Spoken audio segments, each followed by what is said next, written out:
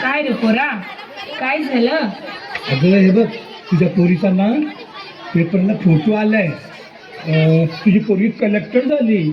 Conductor? अगे conductor नाही, collector collector.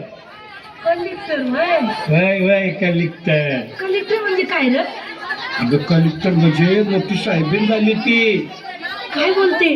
मग आत्ता ग बया, माझी पोरगी साहेबीन झाली म्हणे. वय वय. ओ तात्या, बघा बघा माझी पोर केलं. अन्न फोडताना नाही, जिथं असेल तिथं स्टेज जवळ ये.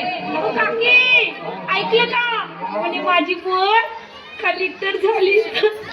बघा हो ताई, ओ काकू बघा की हो, माझी पोर कलेक्टर झाली.